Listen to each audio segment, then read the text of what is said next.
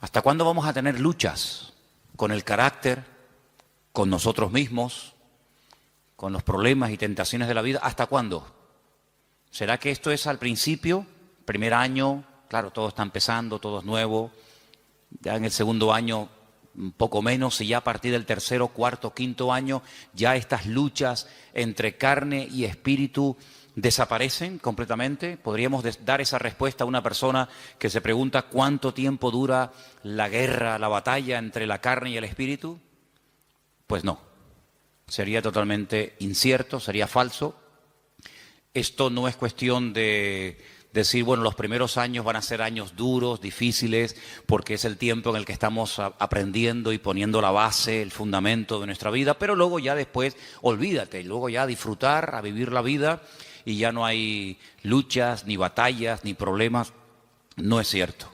Si alguien te ha enseñado o si has escuchado a alguien que predica así, pues no es verdad. Porque la batalla, la lucha entre la carne y el espíritu durará toda la vida. ¿Amén? Yo sé que algunos dicen, uy, me cuesta decir amén, pero es así de claro. Te va a durar toda la vida. Y en esta tarde vamos a leer unos versículos de Gálatas, capítulo 5, que se parecen mucho, mucho a los versículos que leímos el domingo por la tarde, que era el capítulo 8 de Romanos. Ahora pues ninguna condenación hay para los que están en Cristo Jesús, los que no andan conforme a la carne, sino conforme al Espíritu. Y vimos cómo el capítulo 8 de Romanos, que es un capítulo extraordinario, donde las palabras clave son carne y espíritu, espíritu y carne, aparecen muchas veces con diferentes connotaciones, con diferentes aplicaciones. Ahora cuando comencemos a leer en Gálatas capítulo 5, verso del 16 en adelante, te va a dar la impresión, te va a dar la sensación de que seguimos leyendo la carta de Pablo a los romanos. Pero no tiene nada que ver con la carta de Pablo a los romanos. Esta es otra. Esta es la carta a los Gálatas. Y voy a comenzar a leer a partir del versículo 16. Digo pues, andad en el Espíritu. Ya esto ya lo había dicho también a los romanos. No satisfagáis los deseos de la carne, porque el deseo de la carne es contra el Espíritu, y el del Espíritu es contra la carne. Y estos se oponen entre sí para que no hagáis lo que quisierais. Pero si sois guiados por el Espíritu, no estáis bajo la ley. Manifiestas son las obras de la carne. Y ahora usted, si quiere, las puede ir contando para que usted se dé cuenta cuántas manifestaciones diferentes hay de la carne. Lectura que, por cierto, se leyó también el domingo a la tarde. Solamente la volvemos a repetir. Las obras de la carne son manifiestas y son adulterio, fornicación, inmundicia, lascivia, idolatría, hechicerías, enemistades, pleitos, celos, iras, contiendas, disensiones, herejías, envidias, homicidios, borracheras, orgías, y no ha terminado la lista, sino que simplemente la acorta y dice, y cosas semejantes a estas, y que hay más, acerca de las cuales os amonesto, como ya os lo he dicho antes, que los que practican tales cosas no heredarán el reino de Dios. Y ahora cambia completamente el tono. Ahora se va al tema del Espíritu y dice, mas el fruto del Espíritu es amor, gozo, paz, paciencia, benignidad, bondad, fe, mansedumbre, templanza. Contra tales cosas no hay ley. Los que son de Cristo han crucificado la carne con sus pasiones y deseos. Si vivimos por el Espíritu, andemos también por el Espíritu. No nos hagamos vanagloriosos e irritándonos unos a otros, envidiándonos unos a otros. Si Pablo nos presenta un panorama muy real. Pablo en ningún momento presenta a las iglesias que él pastoreó y fundó en su época como iglesias, como comunidades perfectas, donde no había celos, envidias, no había en definitiva pecado. Claro, si así fuera, nosotros nos sentaría muy mal y nos sentiríamos como los peores cristianos del mundo si leyéramos que los Gálatas, los Corintios, los Filipenses, los Tesalonicenses eran hermanos donde nunca ocurría nada malo, nada negativo, no había envidias, ni peleas, ni celos, ni discrepancias entre los hermanos. Pues nosotros al leer eso, si fuera así, diríamos, Señor, pero qué malos somos. Somos unos pésimos cristianos, porque mira cómo vivían nuestros hermanos del siglo I, sin criticarse, sin tener envidia entre ellos, sin haber competiciones, celos, divisiones, ¿verdad? Sin embargo, el panorama es todo lo contrario. Es todo lo contrario. Mire, si fuéramos a la primera iglesia, a la iglesia primitiva, la iglesia madre, la iglesia de Jerusalén, una iglesia, pues imagínate tú, estaban allí todos los apóstoles, todos los discípulos del Señor, atendiendo, pastoreando la iglesia. De los 12, eran 11, porque uno, todos sabemos que se quitó la vida, Judas, pero el resto estaban allí. Ahí estaba Juan, estaba Tomás, estaba Pedro, estaba Santiago. Así que los mejores maestros, los mejores pastores, testigos presenciales de los milagros y de las enseñanzas del Señor. Algo increíble, una iglesia próspera. Dice la Biblia que no había necesitados entre ellos, no había necesitados. No había gente de clase alta, de clase baja, gente con un poder adquisitivo tremendo, gente que los pobrecitos no tenían ni para comer. Dice que entre ellos no había necesitados. ¿Y cómo solucionaban este problema? Porque en las iglesias hoy en día se ven muchas diferencias. Gente que está muy bien, gente que no está tan bien, gente que le sobra de todo, gente que le falta de todo. Pues ¿cómo es posible que en aquellos tiempos el Señor diga, y está escrito, y esto ha sido inspirado por el Espíritu, lo cual no es ninguna exageración ni mentira, que en la iglesia no había ningún necesitado? Bueno, pues muy fácil, muy fácil.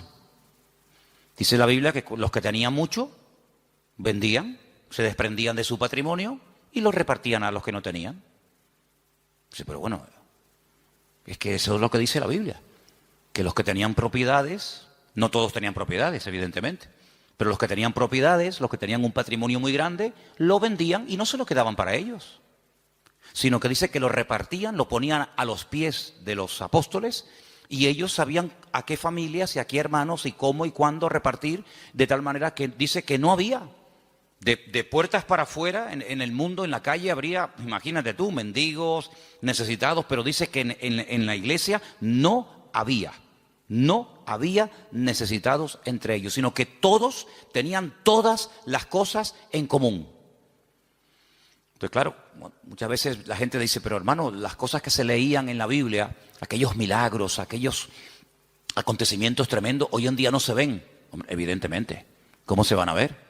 Si la vida de los cristianos no tiene absolutamente nada que ver, nuestras vidas, con eso de la propiedad privada y con eso de la privacidad, etcétera, etcétera, nuestras vidas no tienen nada que ver con la vida que aquella gente llevó, por lo menos durante un tiempo. Y uno dice, una iglesia tan bendecida, con tantas enseñanzas, con los apóstoles, con milagros, porque mira que había milagros allí, milagros que a veces ocurrían hasta sin pedirlos, sin querer. Pedro dice que un día iba al culto y cuando él iba caminando, claro, uno proyecta la sombra y dice que la sombra, ni siquiera imposición de manos, ni oración directa, sino su sombra. Dice que cuando pasaba y caía por encima de los enfermos, eran sanados. La sombra de una persona, la sombra. Eso no lo hemos visto nosotros nunca. Y no sé si alguna vez lo veremos. Pero en aquellos tiempos era normal. Y cuenta la palabra que incluso había gente que vivían lejos, ya un poquito más adelante en los tiempos del apóstol Pablo, cuando ya era un apóstol.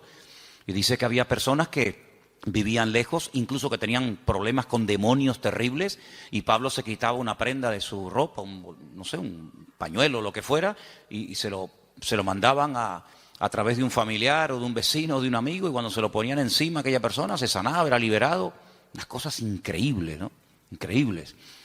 Multitudes se convertían, un día 3.000, otro día 5.000, los cultos de oración eran diarios, dice que todos los días subían a la hora tercera, a las 3 de la tarde, la hora de más calor, pues no había siesta, sino la siesta era culto de oración todos los días. Iban a entrar a la iglesia y la gente pedía y oraban por ellos y ya entraba. Imagínate tú, empezar el culto ya con sanidades y milagros y aún no había empezado el culto. Una iglesia increíble. ¿No te hubiera gustado formar parte, aunque sea un tiempito, de esa iglesia? ¿No te hubiera gustado escuchar? ¿Quién predica el jueves? Juan, el discípulo amado. ¡Wow! Y el domingo por la tarde, Pedro y Santiago. Y el próximo jueves, Tomás. Y el siguiente, una gloria increíble. Pero ¿cuál fue el primer problema de esa iglesia? ¿Cuál fue el primer problema? ¿Económico? No, porque no tenían problemas económicos. Porque ya ellos sabían cómo solucionar los problemas internos de la iglesia. Ellos sabían perfectamente, oye, no llega para tal. Pues no pasa nada, si no llega, yo tengo una casa, la vendo, pum, y con eso se paga no sé qué. Oye, que ahora no tenemos para no sé qué. No pasa nada, tengo un terreno. Ellos sabían perfectamente cómo solucionar los problemas económicos. Entonces, ¿cuál fue el problema de la iglesia? Si no fue económico, si no fue falta de crecimiento, si no fue mala doctrina, mala enseñanza o herejías, ¿cuál fue? Murmuración. ¿Cómo? ¿Pero cómo se pueden murmurar? ¿Cómo se pueden criticar unos a otros los hermanos en semejante iglesia? ¿Y por qué murmuraron? Porque cuando llegaba la hora de la comida, que por cierto, comían todos juntos porque era una especie de gran comunidad, pues no sé, dice que las viudas que eran de origen judío, parece, no sé si es algo que realmente era así, pues eran criticadas por otras viudas que dicen, mira, ella le has puesto 2 chuletas, a mí me has puesto una sola. Yo veo en el plato de ella que le has puesto 3 papas, a mí me has puesto 2, y las de ella son muy grandes, las mías son muy chiquititas. ¿Cómo puede ser que una iglesia tan bendecida y tan próspera y tan impactante y tan de todo, el primer problema que registre la Biblia fuera murmuración? Pues ese fue el primer problema de la congregación. Y de ahí nace la idea de nombrar diáconos, ayudantes, colaboradores, que cuando llegue la hora de la comida, pues ellos sean los que distribuyan y se evite este problema en la congregación, porque no vamos a permitir que por la comida y por la murmuración se frene el avance y se estropee el buen ambiente espiritual que hasta hoy hemos tenido. Y entonces dijeron, vamos a nombrar 7 hermanos de confianza, 7 hermanos que los vamos a poner como diáconos, que se van a encargar a partir de hoy de solucionar este tema. Porque nosotros no nos vamos a poner ahora a servir las mesas. Lo nuestro es otra cosa. Lo nuestro es la palabra, la oración, tener comunión con el Señor, atender espiritualmente al pueblo. Pero ahora si nos vamos a poner a dar de comida a miles y a miles de personas, se nos va el día en esto y al final no cumplimos con lo que teníamos que cumplir. Pero claro, pusieron unos requisitos. Dice que tenían que ser hombres llenos del Espíritu Santo, de fe y de buen testimonio y sabiduría, para servir las mesas. Pues si esos eran los requisitos de los diáconos, ¿cómo tenían que ser los apóstoles y los pastores en aquella época? Yo creo que muchos de los que somos pastores hoy en día no podríamos ser ni diáconos en la iglesia primitiva, porque ponían el listón tan alto, era algo tan elevado que pedían para que una persona pudiera atender las mesas, que tú imagínate lo que tenían que pedir para ser pastor. Algo realmente increíble. Así que vemos que el problema de la carne y del espíritu ya surgió en el seno de la primera iglesia, en la iglesia primitiva. Imagínate 2000 años después. Imagínate 2000 años después. Si viendo y viviendo en aquel tiempo y en aquel ambiente y aquella atmósfera de gloria, de bendición, de un mover de Dios espectacular, donde todo lo que ocurría era genuino. Las cifras que se dan no son aumentadas, no se estiran las cifras. Bueno, eran 200 los que se convirtieron, pero tú pones ahí 5000. No. Todo era genuino, los milagros eran genuinos, las sanidades eran genuinas. Todo lo que ocurría era genuino, no eran cifras evangelásticas. Eran cifras genuinas, milagros realmente del Señor. Si eso ya ocurría en aquella época, imagínate hoy en día cuando nuestro nivel de santidad, nuestro nivel de espiritualidad no tiene absolutamente nada que ver con el de nuestros hermanos de los primeros siglos de la era cristiana. Entonces vemos que el problema dentro de la iglesia fue la carnalidad. Ahora, oraba y le pedía al Señor, Señor, tiene que haber algún cuadro, tiene que haber algún pasaje en la Biblia para que este tema que estamos tratando últimamente de la carne y del espíritu, de vivir en victoria o vivir en derrota, nos resulte lo suficientemente gráfico como para captar lo que más o menos quiere decir la Biblia cuando habla de la lucha continua entre la carne y el espíritu. Y hay un pasaje extraordinario. Hay un pasaje increíble y lo vamos a leer esta tarde y vais a ver cómo al entender ese pasaje vais a poder entender mucho más lo que me refiero cuando hablo de la carne y del espíritu. Vamos al primer libro de la Biblia, al primero, que se llama Génesis, capítulo 25. En Génesis capítulo 25 vamos a leer una historia muy conocida, pero de la cual vamos a extraer muchísimas lecciones para poder entender mejor la lucha entre la carne y el espíritu. Génesis capítulo 25, voy a leer a partir del versículo 19. ¿Lo tienen, hermanos? Muy bien. Dice así la palabra del Señor. Presta atención, hermano. Estos son los descendientes de Isaac, hijo de Abraham. Abraham engendró a Isaac. Y era Isaac de 40 años cuando tomó por mujer a Rebeca, hija de Betuel, arameo de Padán Aram, hermana de Labán, arameo. ¿Cuántos datos en un solo versículo? La edad, el nombre del padre, el nombre del hermano, un montón de datos, todos muy importantes. Quédese con esta cifra. 40 años tenía cuando Isaac se casa. Y entonces dice en el versículo 21, y oró Isaac al Señor por su mujer, que era estéril, y lo aceptó el Señor y concibió Rebeca, su mujer. Y los hijos luchaban dentro de ella y dijo, si es así, ¿para qué vivo yo? Y se fue a consultar al Señor. Y el Señor le respondió y le dijo, 2 naciones hay en tu seno, y 2 pueblos serán divididos desde tus entrañas. El uno será más fuerte que el otro, y el mayor servirá al menor. Esa es la palabra que el Señor le da a esta mujer atormentada. Esta mujer que lo está pasando realmente mal, porque tiene una batalla, tiene una guerra dentro de su vientre. Entonces ella dice, Señor, si estar embarazada es esto, yo no quiero vivir, yo no quiero seguir adelante con este embarazo, quítame la vida. Y entonces ella se va y se refugia en el Señor y le dice, Señor, explícame qué es lo que aquí está pasando. Seguramente ella habrá hablado con otras mujeres, incluso a lo mejor, vete tú a saber, con alguna mujer que también estaba embarazada como ella en aquel tiempo. Y seguramente alguna le habrá dicho, oye, pues yo no sé, yo no te entiendo porque a mí no me está pasando nada de lo que tú estás diciendo. Entonces ella cuando se va a consultar con el Señor no es porque está un poquito mareada y tiene vómitos por la mañana temprano cuando se levanta y pierde el equilibrio y está cansada. No, ella está harta. Ella lo está pasando francamente mal. Pero va a consultar, va a buscar palabra de Dios. No va a quejarse, no va puerta por puerta, sino que ella va al único que le puede decir qué es lo que está pasando. Ella va al Señor y desahoga su alma delante del Señor y el Señor le habla y le da una palabra tremenda. Mira, no llevas 1, llevas 2. Y son 2 pueblos. Y están peleándose desde tu vientre. Y siempre será así. Y el mayor servirá al menor. Y entonces ya ella más o menos entiende qué es lo que está pasando. Seguimos. Versículo 24.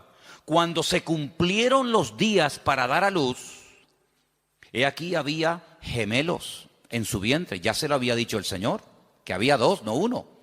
Luego, aquí vemos que la primera parte de la palabra, no llevas 1, sino llevas 2, se está cumpliendo. Cuando ella vio salir 1 y vio salir al otro, ella seguramente habrá recordado lo que el Señor le había dicho. 2, llevas 2, no 1, 2.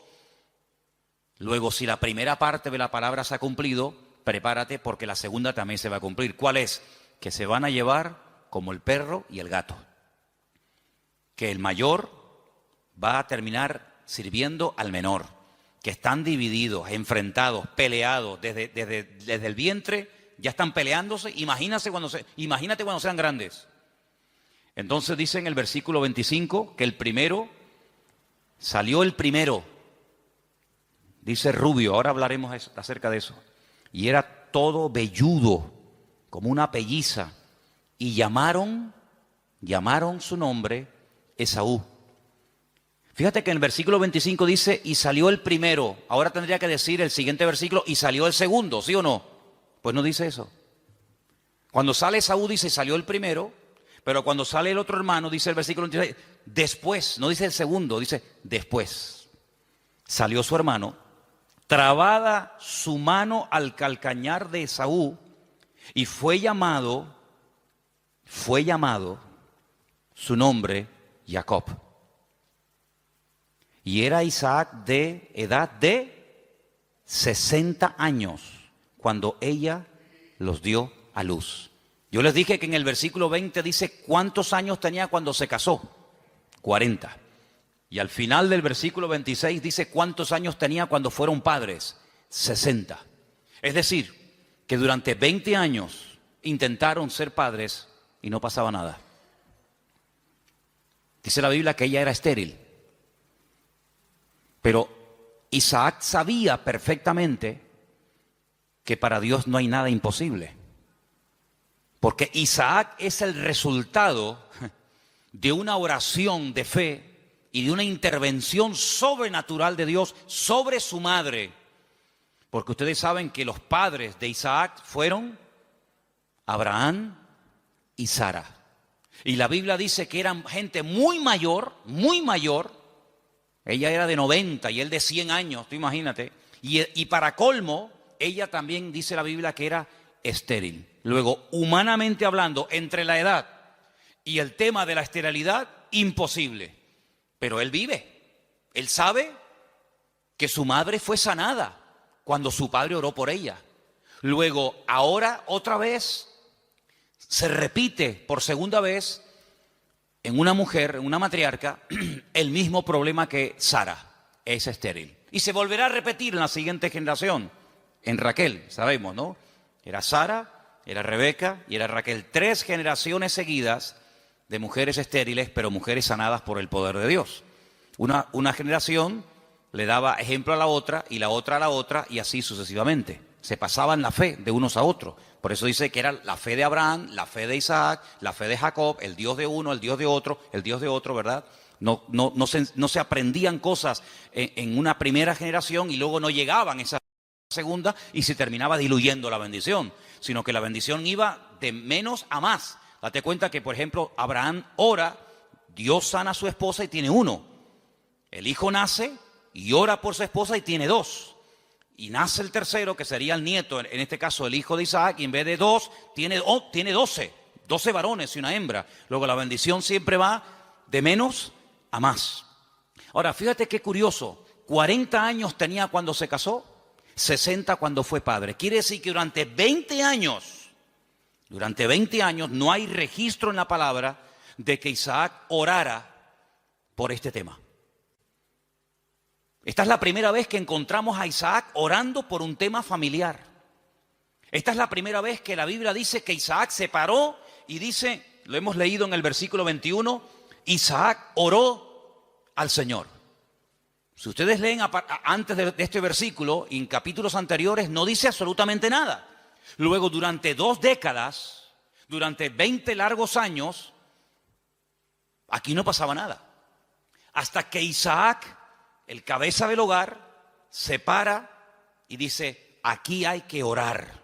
Pero el texto que estamos leyendo esta tarde me llama mucho la atención porque cuando dice en el versículo 21, y oró, esa palabra, vayetar, significa oró insistentemente, porfiadamente. No oró de una forma superficial. Bueno, Señor, tú sabes que queremos ser padre, ayúdanos en tu nombre, amén. Venga, vamos a hacer otra cosa. Sino que él se metió en serio con Dios. Él dijo, aquí hay un problema. Curioso que no dice que su esposa también oró con él, sino dice que él se puso enfrente de ella a orar por ella. Eso es muy curioso. Él tomó autoridad y dijo, bueno, a lo mejor tú ya te has resignado a no ser madre. Pero dice que él se paró frente a ella y él oró fervientemente. Bueno, por ahí hay un versículo en Santiago que dice que la oración del justo puede mucho. No dice así, me equivoqué, perdón. La oración eficaz del justo puede mucho. Corregí porque no es lo mismo decir que la oración del justo puede mucho que decir que la oración eficaz del justo puede mucho. Si quitamos la palabra eficaz, da a entender como que todo lo que oramos resulta con éxito, y no es así. Es la oración eficaz. Algún día hablaremos de cómo se arma, cómo se construye, cómo se hace una oración eficaz. Porque hay gente que dice, es que yo oro y yo no veo resultados. Y yo pido, pero llevo 20 años y yo no veo. Entonces la Biblia dice, es la oración eficaz. Porque hay oraciones que no son eficaces. Son oraciones, pero no son eficaces.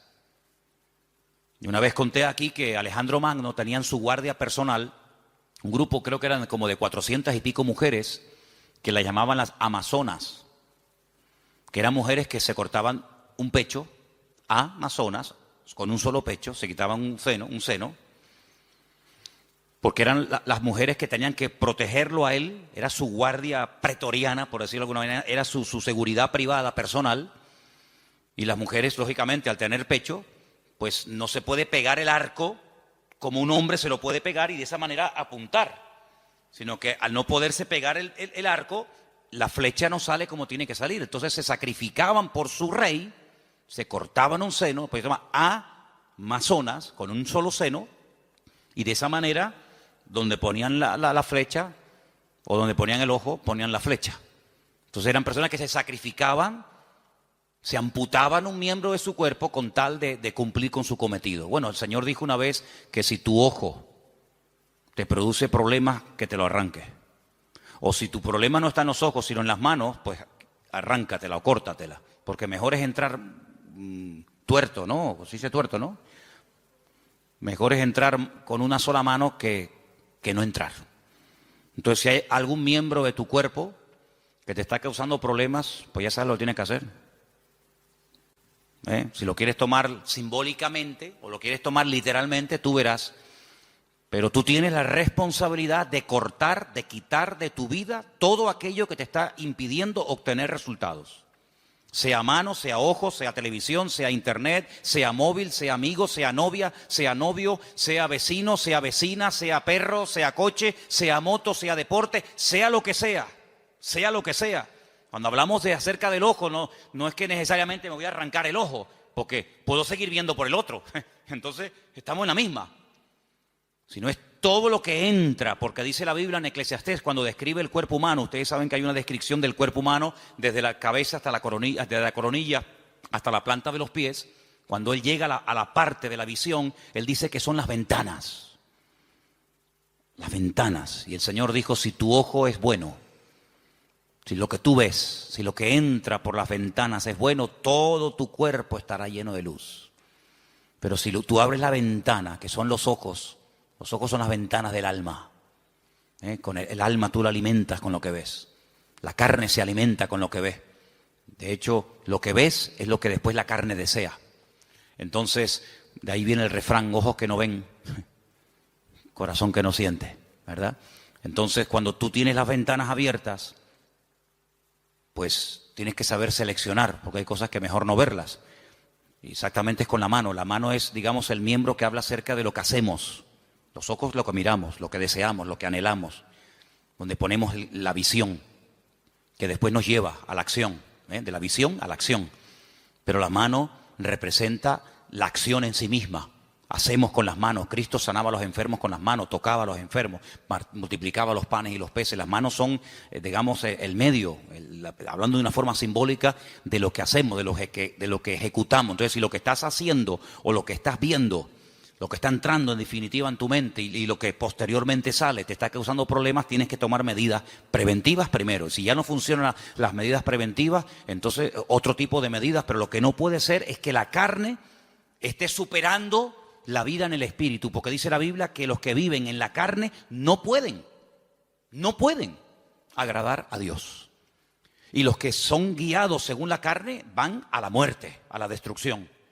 Por lo tanto, hay esa lucha que vemos desde el vientre de la madre de esta mujer, de Rebeca, con estos dos hijos. Ahora, después dice, en el mismo versículo 21, cuando yo he dicho vayetar, significa orar porfiadamente, insistentemente, En el mismo versículo, cuando dice, y aceptó el Señor, ¿lo veis?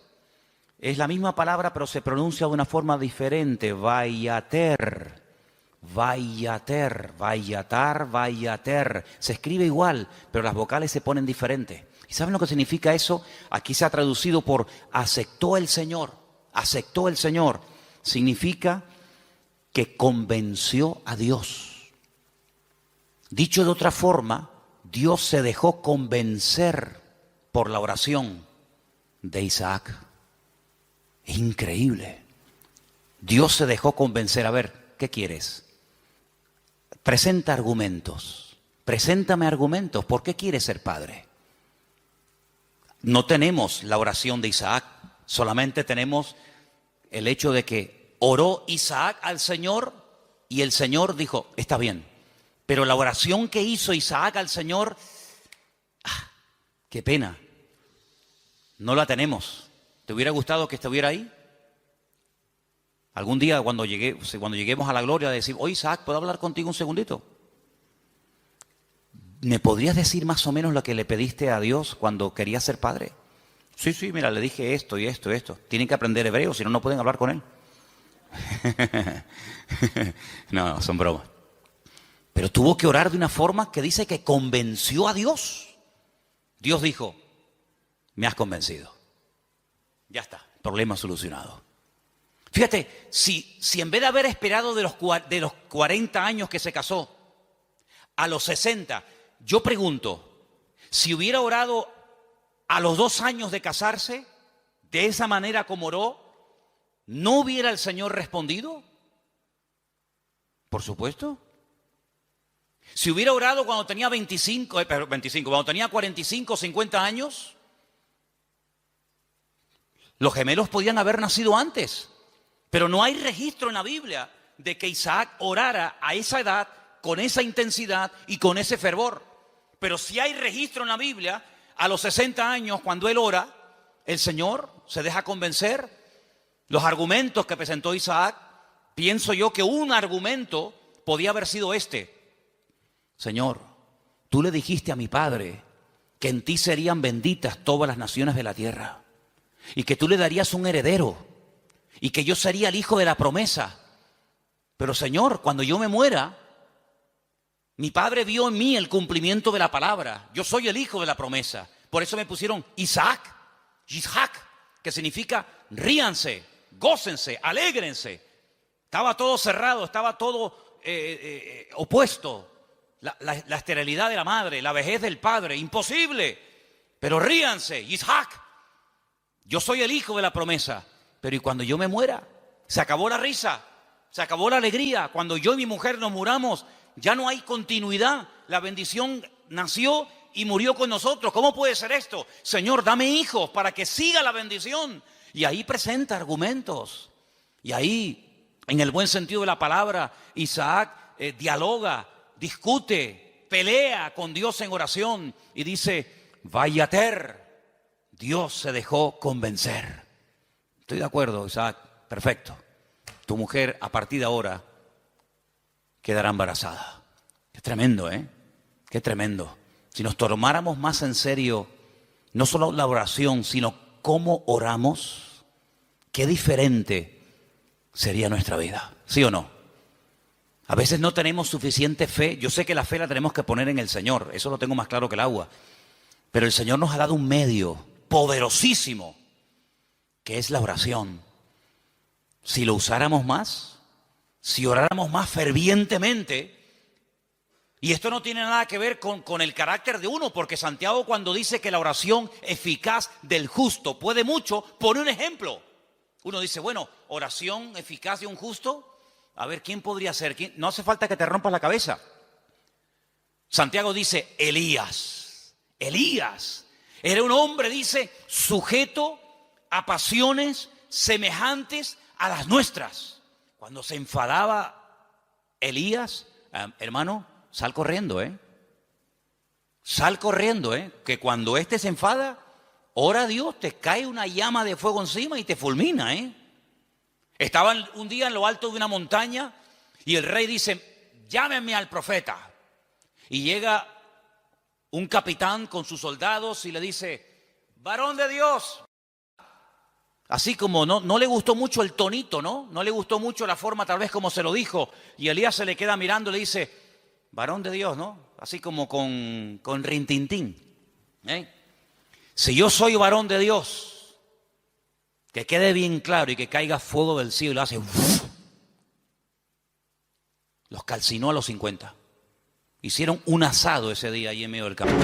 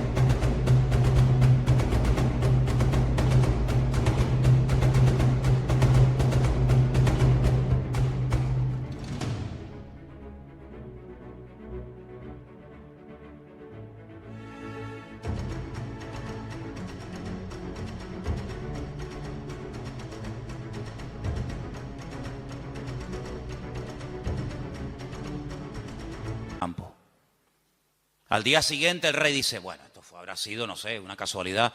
Venga, vayan a buscarme a ese hombre. Varón de Dios, venga, date prisa. Sí, si yo soy varón de Dios, que quede bien claro, ¡fum! Ya van 100. Un olor a carne en la atmósfera había terrible, ¿no? Tercer grupo, vayan a buscarme a ese hombre. Cuando llega el tercero se tira a tierra y dice, gran varón de Dios, ten misericordia de mí, por favor, no me quemes. Te pido, te suplico. Así me gusta. Ahí se baja Elías. Así era Elías, amigo. Así era Elías. Alguien dijo en cierta ocasión que si el Señor no se lleva en un carro de fuego a Elías, le prende fuego a todo el país.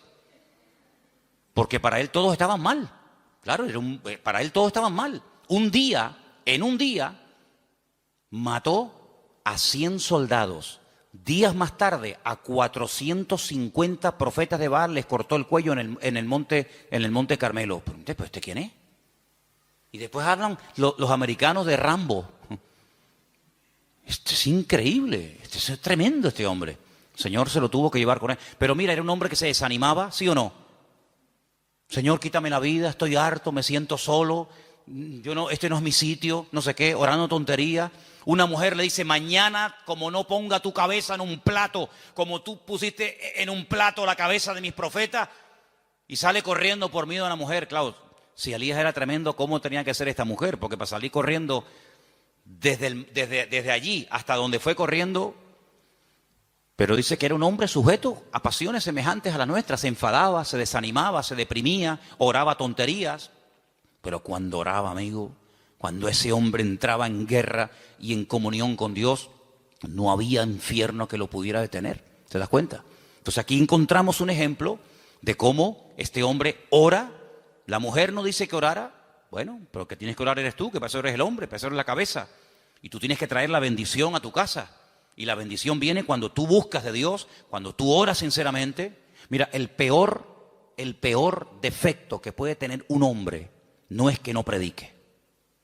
Hermana, si su marido nunca va a ser un predicador, no se enfade con él. No todos han sido llamados a predicar. Ese no es el mayor problema de un hombre. El mayor problema de un hombre es que no sabe cantar. No. Hermano, hay hermanos que el Señor los bendiga. Por ahí no van los tiros. Es que a mí me gustaría tener un hombre que cante. Sí, pues mire, le tocó. No hay más, hermana. El problema de un hombre no es que no canta o no predica. ¿Tú sabes cuál es la peor desgracia que puede tener un hombre? Que no sepa orar. Ese es el problema más grande que puede tener una mujer, es que su marido no ora, que no sepa orar. Porque este hombre, cuando oró fervientemente y oró porfiadamente, insistentemente, automáticamente en la casa, todo cambió. Todo cambió. Ahora, la oración trajo problemas. Porque por la oración de Isaac, dice la Biblia, que su mujer lo estaba pasando mal. Pero ella, ¿qué fue lo que hizo? Lo que le enseñó su marido. Vete a hablar con el Señor, déjate de quejarte, vete a la cámara secreta y allí en la cámara secreta abre tu alma delante del Señor. Y el Señor le dio una palabra tremenda. A muy pocas gentes el Señor le da palabras específicas para sus hijos y a ella se los dio. Vamos a leerlo otra vez. 2 naciones hay en tu seno, 2 naciones, 2 pueblos serán divididos desde sus entrañas. Es imposible la convivencia. Un pueblo será más fuerte que el otro pueblo y el mayor servirá al menor. Tremendo. Este hombre cambió la situación de su casa porque oró por ella. Ahora, lo que me llama la atención, lo decíamos hoy en casa, que cuando su papá, cuidado con esto, cuidado, porque hay cosas que se transmiten a través de lo físico, de lo genético, pero también hay cosas que se transmiten de generación en generación por la vía espiritual. Si me sacan una célula de mi cuerpo, cualquiera que sea, y extraen un ADN de mi pelo o de donde sea, en un 99,9% ese ADN dirá que yo soy hijo de fulano de tal. Es inevitable, totalmente inevitable. Las famosas pruebas de paternidad. Ah, no, es que ese hijo no es mío. Sí, hazte una prueba de paternidad y ahí, amigo, ahí sale. O eres o no eres. Bueno, tal vez no. O eres o no eres. Lo genético, queramos o no, se transmite de generación en generación. ¿Y lo espiritual? Porque dice la Biblia que somos espíritu, alma y cuerpo. Luego transmitimos la genética y como lo natural es un reflejo de lo espiritual, lo he dicho ya 1.000.000 de veces, pues si transmitimos lo genético, si transmitimos lo físico, lo espiritual, no te quepa la menor duda. Por ahí podríamos un día hablar largo y tendido sobre este tema. Dice la palabra de Dios que tal la madre, tal la hija. ¿Sí o no? Eso dice la Biblia. Tal la madre, tal la hija. No dice tal el padre, tal el hijo. Eso no lo dice. Pero la Biblia se dice tal la madre, tal la hija. Así que mamá, ten cuidado que le estás transmitiendo a tus hijos. Porque la madre transmite mucho más a los hijos de lo que te puedas imaginar. Mucho más a veces que un padre. ¿Qué te parece? La responsabilidad es tremenda. Así que si hay aspectos negativos espiritualmente hablando de tu madre o de tus antepasados, métete en la habitación con el Señor y que Dios corte todo eso lo antes posible. Para que no seas tú una víctima de cosas del pasado. Aunque un día hablaremos más detenidamente sobre todo esto. Pero lo que quiero decir con todo esto es que él no tomó una sierva. Él podía haber dicho, bueno, ¿qué hizo mi padre cuando oró y no venía yo, vaya, no nacía yo? ¿Qué hizo mi padre? Tomó una sierva. Era la costumbre de la época. La costumbre, no lo bíblico, no lo correcto. Por dejarse llevar por la costumbre, resulta que hasta el día de hoy estamos pagando las consecuencias de aquello. Porque no fue una palabra dada por el Señor como ahora el Señor le está diciendo a Rebeca lo que le está pasando, sino que fue una costumbre. Cuando la señora de la casa no podía tener hijos, o bien porque fuera estéril, o bien porque fuera demasiado mayor, la costumbre era una criada, la criada de la señora, la criada de confianza de la casa, pues podían tener relaciones sexuales, el amo con ella, y ese hijo que naciera se consideraba hijo legítimo del matrimonio. De hecho, había prácticas que a la hora de parir se ponía una debajo y otra arriba, y las dos hacían como que estaban pariendo, y no, era toda una historia, ¿no?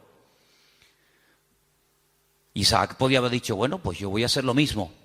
Él no hizo eso, porque él aprendió que imitar lo que otros hacen para obtener resultados no es lo correcto.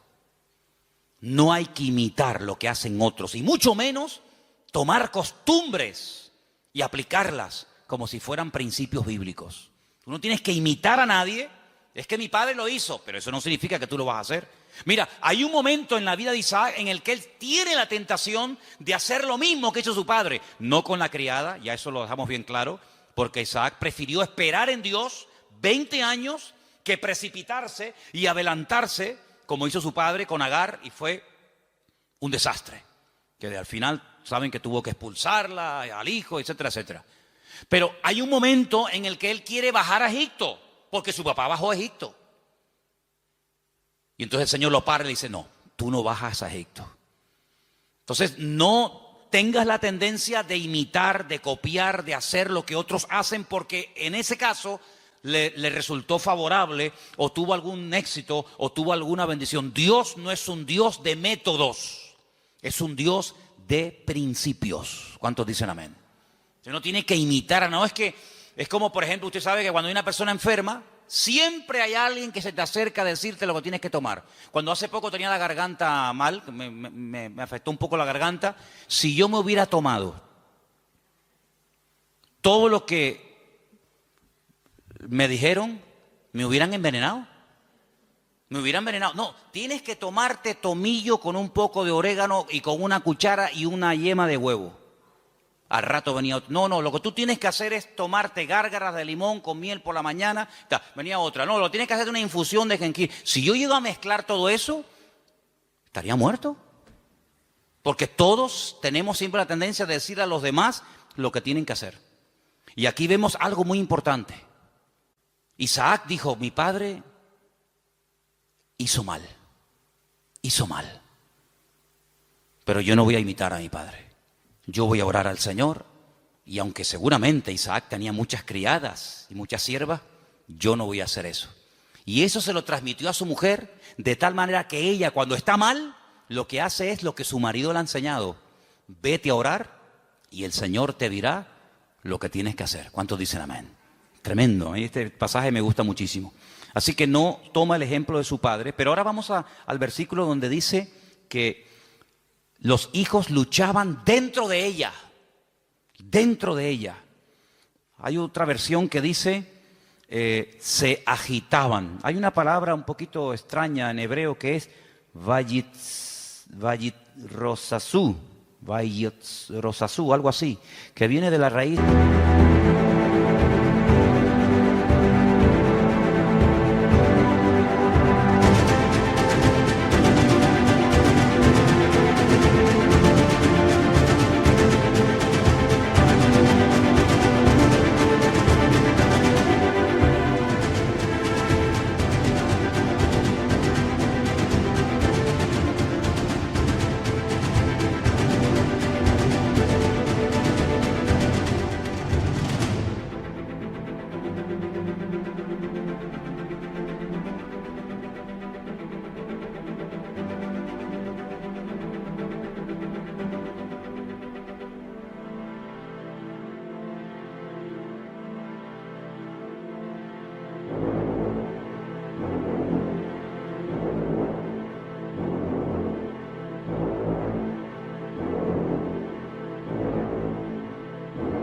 Rats, que significa correr, destrozar, aplastar. Se estaban matando los hermanos en el vientre de la madre. No es que decía, échate un poquito para allá, como por las noches, ¿no? Cuando estamos durmiendo, sobre todo cuando hay calor, ¿no? Los matrimonios, cuando hay calor, que dice, échate para allá. Cuando hace frío, dice, échate para acá. No es que quedamos, para allá o para acá, depende de la estación. Échate para allá, échate para acá. No es que estaban ahí incómodos, ¿no? ¿Verdad? Sino que se estaban matando. Querían salir los dos antes de tiempo. Se estaban aplastando. Se estaban dando una cuerada entre ellos tremenda. Ahora, tú imagínate tener dos, si ya uno es complicado, imagínate tener dos que se están matando y peleando el uno al otro. Bueno, el otro día me contaron algo, yo no sé si será verdad o no, pero dice que una madre embarazada denunció a su hijo antes de nacer, porque le estaba dando un mal embarazo. Lo denunció. Y dice que un juez aceptó la denuncia y que cuando salga niño, no sé, lo llevarán a comisaría o le pondrán a la esposa, yo no sé. Denunció al hijo porque le estaba causando problemas al embarazo. Oye, hay que estar de verdad. Después dicen que nosotros estamos locos, pero el mundo está, bendito sea Dios. Denunció al bebé que aún no ha nacido. Imagínate tú, su propia madre. Pórtate bien, que te portes bien, que no te muevas. Imagínate dos peleándose ahí, matándose y pellizcándose y pegándose puñetazos. Es que hay dos dentro. Y uno es completamente diferente al otro. Y ahí es el cuadro que yo estoy utilizando esta tarde para reflejarles la realidad de la batalla que hay entre la carne y el espíritu. Uno tendría que sentirse tan mal como se sintió Rebeca cuando hay esa batalla interior dentro de nosotros entre la carne y el espíritu, que no nos queda más remedio que ir a hablar con Dios y desahogarnos con el Señor. Ella no dijo, bueno, esto es normal, sino cuando en nosotros hay esa guerra, como decía Pablo, Romanos capítulo 7, léanlo, es un capítulo tremendo. Pablo abre su corazón, Pablo se quita la careta y dice, hermanos, lo que quiero hacer no lo estoy haciendo. A veces hago cosas que no quiero hacer. Miserable de mí, ¿quién me librará de este cuerpo de muerte? Lo que quiero hacer no lo hago lo que no quiero y hay una ley dentro de mí. No le eche la culpa a fulano, a mengano. Hay una ley, hay algo dentro de mí. Es esa ley que la carne se rebela contra el espíritu contra la carne, igual que Jacob y Esaú, que se mataban y se pegaban el uno al otro. ¿Y qué hizo Rebeca? Se fue a hablar con el Señor. Eso es lo que deberíamos de hacer cuando nos sentimos mal, cuando queremos orar, pero no quiero orar. Cuando quiero leer la Biblia, pero no me da la gana de leer la Biblia. Y cuando quiero que Dios me bendiga, pero ya no quiero saber nada de Dios, me tiene cansado. Y cuando quiero ir, pero ya no quiero ir. Cuando hay esa lucha, no te resignes y digas, bueno, seré que soy raro, seré que soy un bicho extraño. No. Lo que tenemos que hacer es lo mismo que hizo Rebeca. Señor, ¿qué pasa? ¿Qué me está pasando, Señor? Háblame, ayúdame. Porque si no me ayuda, quítame la vida. Porque esto no es vida ni es nada. No lo dijo, pero casi probablemente estuvo tentada a decir, es que yo estaba mejor antes que ahora. Yo estaba mejor antes cuando era una mujer estéril, sin hijos, que ahora que tenía que estar saltando de alegría por estar embarazada, pues antes yo vivía y me sentía mejor que ahora. Ahora que me has bendecido, esta bendición me está trayendo unos problemas terribles. No dijo todo esto, lo estoy diciendo yo, a ver si me entienden. Pero ¿cuántas veces puede pasar por nuestra mente? ¿Cuántas veces nos pueden cruzar los cables por nuestra mente y decir, ¿y ahora qué? Ahora, y lee la Biblia, y vas a la iglesia y no sé qué, y te das cuenta. El diablo es tremendamente cruel con nosotros. Y nos hace ver un panorama irreal, pero lo pinta de tal manera que parece que es real. Tremendo. Ya se lo dijo el Señor, solamente te quiero pedir una cosa, que te postres y me adores. Y si lo haces, mira qué fácil, te postras, me adoras y ya está. Te doy todos los reinos de la tierra. Y el diablo lo que quiere, detrás de toda tentación, detrás de todo ataque, siempre está lo mismo. Claudica, tira la toalla, ríndete. ¿Y qué es rendirse? Es darle la razón al diablo. Pero dice la Biblia, sométete a Dios, resiste al diablo y huirá de vosotros. ¿Cuántos dicen amén? No dice, no, yo me someto a Dios y el diablo huye. Es que no dice eso. Es que no dice eso. Como tú te estés montando una vida cristiana diferente a los principios que dice la palabra, te vas a llevar cada palo, te vas a llevar cada desilusión, porque ves que haces las cosas y no funcionan. Y no hay nada peor que hacer algo y ver que no funciona y te enfadas con Dios. Someteos a Dios, someterse a Dios. ¿Qué es someterse a Dios? Habrá que explicar a estas alturas lo que es someterse a Dios. Hermano, rendirse a Dios sin condiciones. Es que yo siento, es que yo creo, es que a mí me parece, es que yo haría. Someterse, rendirse. Tú has perdido la guerra, el que manda soy yo. No me digas a mí dónde tienes que vivir, cómo tengo que vestirte, cómo tengo que tratar, porque tú te has rendido. El que he ganado soy yo, y el que gana la guerra le dice al vencido cómo tienen que hacerse las cosas. No me vengas a poner condiciones. Someterse a Dios, rendirse a Dios. Ya no vivo yo. Muy bien, perfecto. Ahora que te has sometido, ahora que te has rendido, ahora puedes resistir. ¿A quién? Al diablo. Y huirá, tiempo futuro, huirá. Pero no me dices cuándo, no. Te digo el presente, sométete, resiste, tiempo presente. Y en futuro, la victoria, huirá. Es decir, si tú te has sometido a Dios, tú sabrás, yo no sé. Si tú te estás sometiendo a Dios diariamente, porque no es que me sometí el domingo pasado y durante toda la semana hago lo que me da la gana. No, me someto el lunes, me someto el martes, me someto el miércoles, me someto cada día, cada instante de mi vida. Si yo me estoy sometiendo, yo tengo que resistir el lunes, el martes, el miércoles. Y si no se ha solucionado el problema, si no ha huido el enemigo, si no se ve un rayo de luz en el horizonte, ¿qué hago? Pues quiere decir que tienes que seguir sometiéndote a Dios y resistiendo. Sometiéndote y resistiendo. ¿Hasta cuándo? Hasta que huya. Ese es el objetivo, hacer huir al enemigo, ¿sí o no? Cuando tú te montas en un avión, imagínate que te vas de aquí a Madrid y por el camino dice, señorita, una preguntita por favor. ¿Estas turbulencias es normal? Sí, sí, es normal. ¿No me podría dejar usted a mí por el camino, por favor? ¿Cómo? ¿Cuánto tarda esto? 2 horas y media. ¿2 horas y media?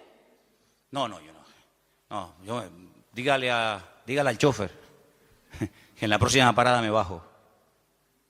Menos mal que no hay timbre en los aviones. Si hubiera timbre, ¿cuántas veces le darían la paliza al pobre piloto? Para, aquí me quedo. No, tú tienes que llegar hasta el final, porque tú saliste de un sitio para llegar a otro. Y en la vida cristiana no hay paradas intermedias. Saliste y no volváis atrás, dice la Biblia.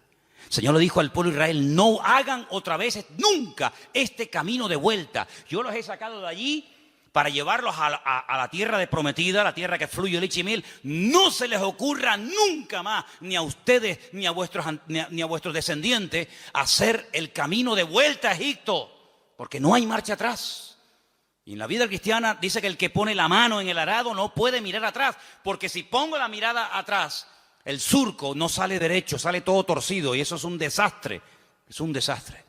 Por lo tanto, vemos en este pasaje que se oró, se obtuvo resultados, pero lo que queremos hablar con todo esto es de la diferencia de Esaú y de Jacob para después darnos cuenta de lo que es la carne y de lo que es el espíritu. Serían divididos, separados, enfrentados desde el vientre de su madre. Es decir, convivencia cero, imposible. Cuando hace años, ¿se acuerdan los que estaban? Algunos todavía no saben esto, pero cuando estábamos en el puerto de la Cruz y en una de las casas que hay allí, ¿se acuerdan ustedes que vinieron aquellos santeros? Eran cubanos, total, ¿qué más da? Pero eran cubanos. Hubieran sido japoneses, pues digo, santeros japoneses, aunque nunca me imagino un santero japonés, pero bueno. Vinieron aquellos santeros japoneses y lo primero que me dijeron el primer día, dice, venimos a por ti, por tu casa, por tu iglesia, por tu ministerio, vamos a destruirte. Ya. Yo miré así para que no hubiera ningún hermano y me escuchara.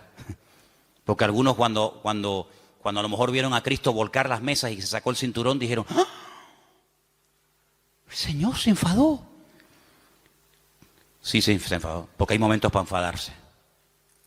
Entonces el Señor volcó las mesas y lo volcó correctamente. No se equivocó. ¿Ustedes creen que se equivocó el Señor?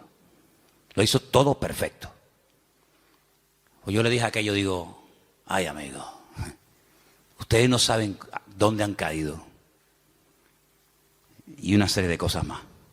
Entramos en guerra. Claro, entramos en guerra. Mataron palomas. Me iba por las mañanas allí, tenían todo el patio lleno de huevos, de plumas, de sangre, un pavo degollado, velas negras, cocos, no sé qué. Y yo digo, tú sigue haciendo lo que quieras.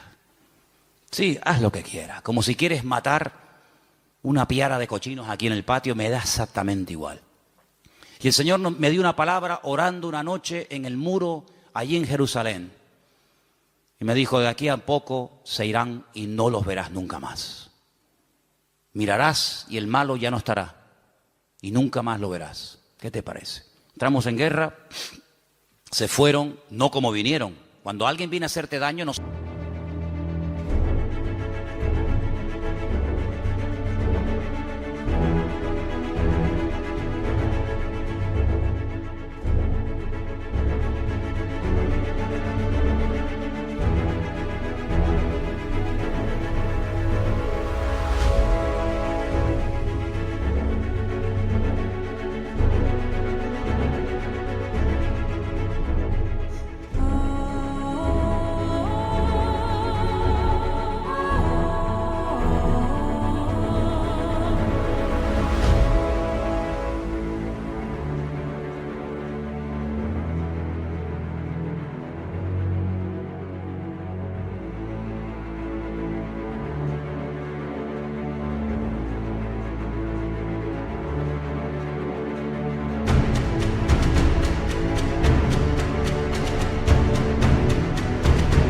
va igual que como vino. No. En el mundo espiritual no, en el mundo puede ser, pero en el mundo espiritual cuando alguien viene a hacerte daño no se va igual que cuando vino, se va peor, se va dividido.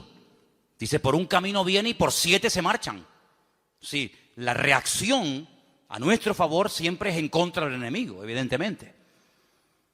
Y llegó un día en el que yo dije, ya está, se acabó. Uno de ellos me llamó aparte y me dice, ¿puedo hablar con usted? Ya cuando a mí me hablan de usted, yo digo, qué curioso. Ya me habló de usted. Y me dice, ¿por qué no llegamos a una convivencia? Así me dijo, esa fue su palabra. ¿Por qué no llegamos a una convivencia? Y le dije, jamás en mi vida, por encima de mi cabeza, yo jamás conviviré con ustedes. Hijos del diablo, les dije. Que vienen aquí ustedes a hacer daño. Convivencia en absoluto. La única convivencia que hay es que ustedes quemen toda esa basura, lleguen adentro a la iglesia, se conviertan y le pidan perdón a Dios por lo que están haciendo. Bueno, se fue, imagínate tú, como un saltaperico. ¿Qué te parece, amigo? Convivencia, principio del fin. ¿Ya quieren convivir? Pues ya saben que no pueden, vamos a convivir. No habrá nunca convivencia entre Esaú y Jacob, jamás. Es más, la debilidad y la derrota de uno fortalece y le da la victoria al otro. No pueden estar los dos como cabeza. Cuando uno está como cabeza, el otro tiene que estar como cola. Y cuando el otro está como cola, el otro está como cabeza. Es algo antagónico, no pueden estar los dos en la cúspide de la pirámide. O uno está arriba o el otro está abajo. De hecho, cuando uno está arriba es porque se ha fortalecido con la debilidad del otro. Y cuando el otro está abajo es porque su fortaleza la ha perdido y la ha tomado el otro que le ha vencido. Eso es así en el mundo espiritual. No puede haber convivencia entre la luz y las tinieblas. Donde hay luz, no hay tinieblas. Y donde hay tinieblas es porque hay ausencia de luz. Pablo utiliza todo esto y dice, hermanos, qué común unión puede haber entre Satanás y Cristo. ¿Qué común unión puede haber entre la luz y las tinieblas, entre un inconverso y un creyente? Ninguna. Por eso dice, no se unan. El mundo quiere unirse, claro. Para el enemigo eres atractivo, para el enemigo eres un trofeo de guerra. Pero le dice el Señor al creyente, no al inconverso. Al creyente dice, no te unas. Él querrá unirse contigo. Hay gente del mundo que se enamoran de chicas cristianas. Hay chicos de la calle que se enamoran de chicas y los del mundo claro, porque tienen un atractivo, tienen una gracia de Dios. Pero tú enamorarte de uno del mundo, ¿estás loco o qué? Es convertirte en tinieblas siendo luz, amigo. Es increíble. No hay ningún tipo de convivencia y por eso lo que el Señor le está diciendo a esta mujer, a Rebeca, es que no habrá convivencia ni dentro ni fuera, ni cuando son chicos ni cuando son grandes. Y cuando los dos nacieron, dice la Biblia que uno era de una manera y otro era de otra. Es decir, natural reflejaba lo distinto que eran el uno del otro. Y eso es lo que tenemos que tener en cuenta para darnos cuenta de que vivir en la carne es totalmente opuesto a vivir en el espíritu. Y no he terminado, mira todos los apuntes que tengo aquí apuntes para una semana, pero quiero terminar diciendo algo, escúcheme bien. Si alguien se pregunta, ¿y puedo vivir un poquito en la carne y un poco en el espíritu? Por ejemplo, sábado hay culto de jóvenes, ¿no? ¿Sí o no? Bueno, pues el sábado canto, oro, alabo a Dios. El domingo también, porque hay culto, entonces tengo que portar bien. No puedo comportarme mal, ni decir palabrotas, ni... Sábado y domingo está bien, total. Pero claro, ya el lunes, el martes que no hay culto, el miércoles que no hay culto, entonces no has entendido nada. Porque no se puede convivir, no se puede vivir en la carne y en el espíritu. Hubo un hombre en la iglesia de Corinto que estaba dentro de la iglesia, dentro del cuerpo de Cristo, pero estaba viviendo en la carne. ¿Sabéis? El caso, ¿no? Dice la Biblia que el pecado que estaba cometiendo, cuando Pablo se lo comenta, dice, oye, pasa esto y esto. ¿Cómo? Dice, lo que ese hombre está haciendo El pecado que está cometiendo ese perverso, lo llama así la Biblia, perverso, que viene de pervertido, dice, ni los del mundo lo practican. Ni los del mundo están viviendo en tanto desorden como ese que se llama hermano, pero se ha metido dentro de la congregación y no tiene nada que ver con una vida de un cristiano. Pablo dice, yo ya lo tengo claro. Bíblicamente dice, yo ya he juzgado ese caso. Yo ya lo he juzgado. Juntaos vosotros con mi postura, con mi espíritu, con mi determinación y cogerlo y sacarlo de ahí. Entréguenselo a Satanás para que destruya la carne a ver si su espíritu se salva. Una cosa increíble. Entonces le dijeron, mira, ven para acá, aquí no puedes venir más. Te estaba acostando con la mujer de su marido, de su padre, que a lo mejor no era su madre, pero podía ser la madrastra. Estaba teniendo relaciones sexuales con la mujer de su padre. Y Pablo dice, pues, pero eso, ni en el mundo se hace eso. Ni en el mundo se comentan esos pecados. Cójalo, dice que lo echaron fuera para que Satanás lo zarandeara, lo sacudiera. Cuando tú sales de la iglesia, el diablo te dice, ven. El 4 de junio tú estabas aquí en la plataforma llorando, diciendo, Señor, usa mi vida, voy a servirte, cuenta conmigo, diablo, te reprendo, te ato. Y el diablo escuchando. El diablo dice, hoy está eufórico, hoy está animado, le tocó el mensaje, está potente. Espérate la semana que viene. Cuando estás, no voy a más a la iglesia, estoy desanimado. No sé qué. El diablo dice, ven para acá. ¿Qué me dijiste tú el otro día por la tarde? Te reprendo, diablo, fuera, diablo. Ven, te mete una sacudida en un minuto que tus 6 meses de cristiano te los tira por tierra, amigo. Te mete una tunda que en algunos casos algunos ni se levantan. Fíjate lo que te digo, ¿eh? Cuando ustedes oren, ustedes se están comprometiendo. El mundo espiritual oye, los demonios oyen, los ángeles oyen, Satanás oye, Dios oye. Y el mundo espiritual tiene una característica que a veces los seres humanos hemos perdido, y es que son pacientes. Son pacientes, saben esperar, son sigilosos como la serpiente, que están horas y horas y horas en un charco de agua colgados en un palo. Horas ahí sin moverse, no pestañean nada, esperando que pase una presa. Uno dice, vámonos ya, aquí no viene nadie, está uno pescando, llevamos 10 minutos, pues espérate un momento, si acabamos de llegar, vámonos ya. La serpiente está ahí esperando, 1 hora, 2 horas, hasta que ¡rac! Son así, amigos.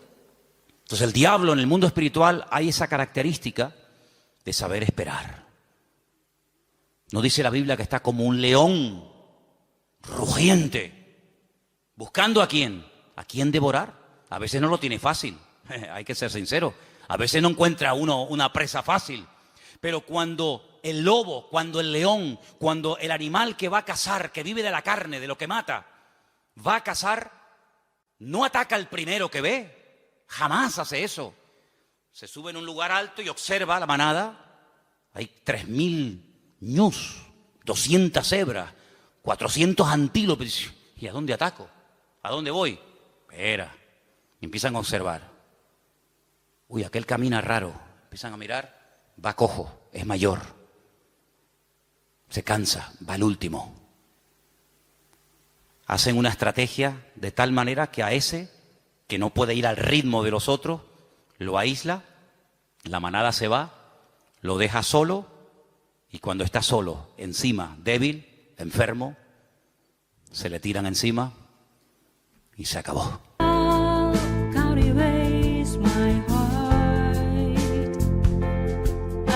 So not me when you look at me.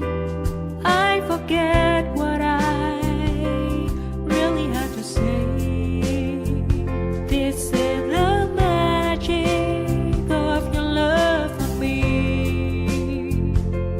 It's my soul with destiny.